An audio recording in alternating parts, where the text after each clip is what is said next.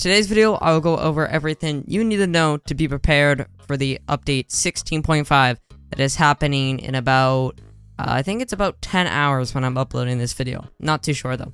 But yeah, I haven't done these videos in a long time, so if you want to see me continue these videos, either, whatever, tiny tasking, meta units from each update, or everything you need to know, I used to do a lot of informational content on this channel for people who are new. Back in like update 0, 1, and 2 of Anime Adventures, I did a lot of informational content. So if you guys want to see more of that, let me know. Leave a like on the video, and while you're down there, guys, we just hit 50k. Thank you guys so much, and our next goal is 100k. So please help me out while you're down there. Hit that subscribe button. But anyways, let's get into this video. So this week's update does not appear to be a big update. It just is like 4 units. Probably just going to be the classic story mode with some legend stages and banner units. That's what we can expect from this update. Of course, I can't be 100% about that, but I'm like at least 70% on that. Hopefully, we'll introduce some new meta units, so we'll see about that. But yeah, we can assume the units will be obtained through a banner instead of a raid because of the amount of new units. Typically, when it's a raid, we might see like 6 or 5 new units or something, and it might be a combination. Sometimes they do story mode with banner units, but then they also have a raid unit. But I don't think any of the units in this update are going to be a raid unit, but you never know. That's something we are going to have to find out. So make sure to get some gems prepared for this update. If you haven't done so already, Infinity Castle is the fastest way to get gems. And if you want to AFK farm gems while you sleep, go to work or school, whatever, you can always set up a tiny task on Marines Ford. You really don't need any good units to do that. And if you don't have a lot of gems for the update, then what I recommend for you to do is to wait for someone else to sell mining and spend other gems, YouTubers, and wait for them to make an evolved showcase, not an unevolved showcase. So if it's late for you and you don't have a lot of gems, maybe just check out the update for an hour or so, do some story mode, and then maybe head off. By the time you wake up, because of the YouTubers that stay up all night, I will not be one of them, but because of those YouTubers, there will be showcases out there of all the new evolved units. You can take a look, find out who is going to be meta. I can guarantee to you all 4 of the units will not be meta, and none of them may be meta. The last guy in the trailer that had like his own special bit might be meta, so I'd keep an eye out on him. But other than that, the other units are probably going to be completely useless. But yeah, so just wait for the showcases, and then from there you can decide who you want to summon on if you don't have a lot of gems. Be prepared to get 7,500 takedowns to evolve these units, and to get these 7,500 takedowns, I would highly recommend doing a Attack on Titan Infinite to wave 50, and to just do that repeat over and over again. That is probably the fastest way to get takedowns, because AOT has the most enemies, with all the summoning, and it also goes quite quick, and the enemies are weak. So overall, it is just probably the best map to do it. You also need star fruits to evolve these units, most likely. I don't see a world where it's going to be like an event where it's just like you need an item to evolve them.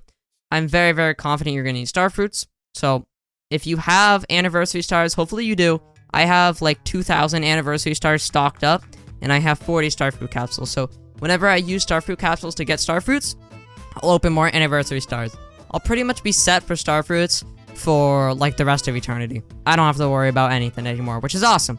But if you're not someone who's, saved up on those anniversary stars, then you are going to have to check in like every 30 minutes, just quickly log into the game, go over there, see if it's starfruits random, and if so, just queue into one quickly. It's very quick and easy to do. It is painfully slow though. Painfully slow. So hopefully you do have anniversary stars. Leaderboards will not be resetting this update, so that does mean next update will have a reset. So make sure to start running once you get any of the new meta units, if there are any. Like I said, meta will most likely not shift much, or any at all. It really depends on if that last unit guy in the trailer is any good. We'll have to see. Of course, for leaderboard meta, this is how it typically goes. It could change, but how it typically goes is for leaderboard meta, they either need to be full AoE hybrid, they need to have cone AoE, or very thick line AoE like Gojo, Yuta, and then for cone examples, Itachi, Endeavor. So something like that, or of course full AoE hybrid like a lot of units we see today.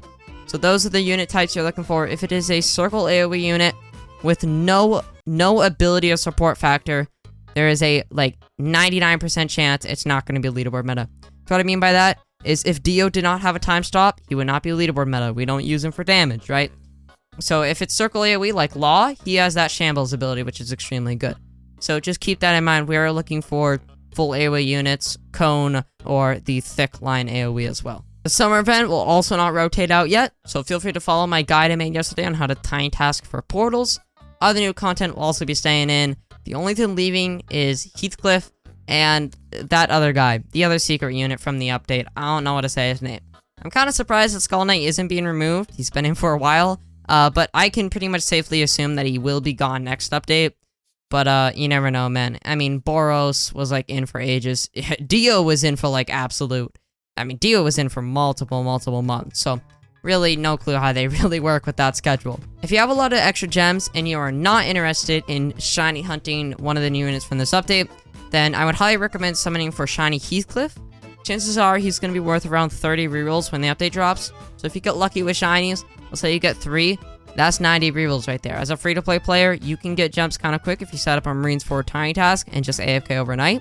And that's a very effective way for you to get rerolls, or trading the banner shiny units when they become tradable. Make sure to trade it when the update drops, though. The value is going to diminish to like 20 over time. And ideally, just try to get an evolve. People are going to pay less for a non-evolved shiny unit. Also, make sure you guys do use the code Unbreakable for some free gems. That was the code at the end of the trailer. I would assume it's going to be invalid sometime soon, so just make sure you redeem that. The Battle Pass is not going to be rotating out. Same with Infinity Castle. Infinity Castle does follow the same schedule as regular leaderboards, and the Battle Pass still has at least 1 week left, but let's be real, they always extend it. Always, so I can safely say you're going to have like 2 weeks left for the Battle Pass. Remember to get level 50 on your Battle Pass, because this is an amazing way for free-to-play players to get rerolls. And if you do have extra money, of course, buy VIP. Here's what I recommend, guys. If you have Robux, this is what the best way to spend your Robux on AA. Buy VIP, and then save the rest of your Robux until there's a new Battle Pass every season. That's it. That's all you do. Nothing else is worth your Robux. Shiny Hunter, extra unit storage, regular trait rules, I would not do it. Just the VIP and the Battle Pass. You guys save so much money. I think you get like 50 rerolls from the Battle Pass at the cost of $10, whereas originally that would cost $45 to get 50 rerolls. So it's definitely a lot better to just play it smart. If you don't have the money to just buy out on rerolls, then just get the Battle Passes every reset, or even trade for them. They are tradable. So if you get a shiny Heathcliff, guys, like think about this. You play the game, you get a shiny Heathcliff from grinding gems, tiny tasking gems, and then you trade that shiny Heathcliff away for Battle Pass and other stuff, because I would have to say shiny Heathcliff's going to be an overpay on that. And, then that's just worth so much more. The one thing I would recommend is not buying the Battle Pass at the start of the, or not trading for the Battle Pass at the start of the new Battle Pass, because the price is going to be over. Same with at the end. Try to trade for a Battle Pass in the middle, because, it's just not going to be worth as much compared to at the start of the new Battle Pass and at the end of the new Battle Pass. So just keep that in mind. Anyways, that is all I wanted to cover in this video. Let me know what you guys think about the update and who you think will be meta. And I will see you guys next time. Peace.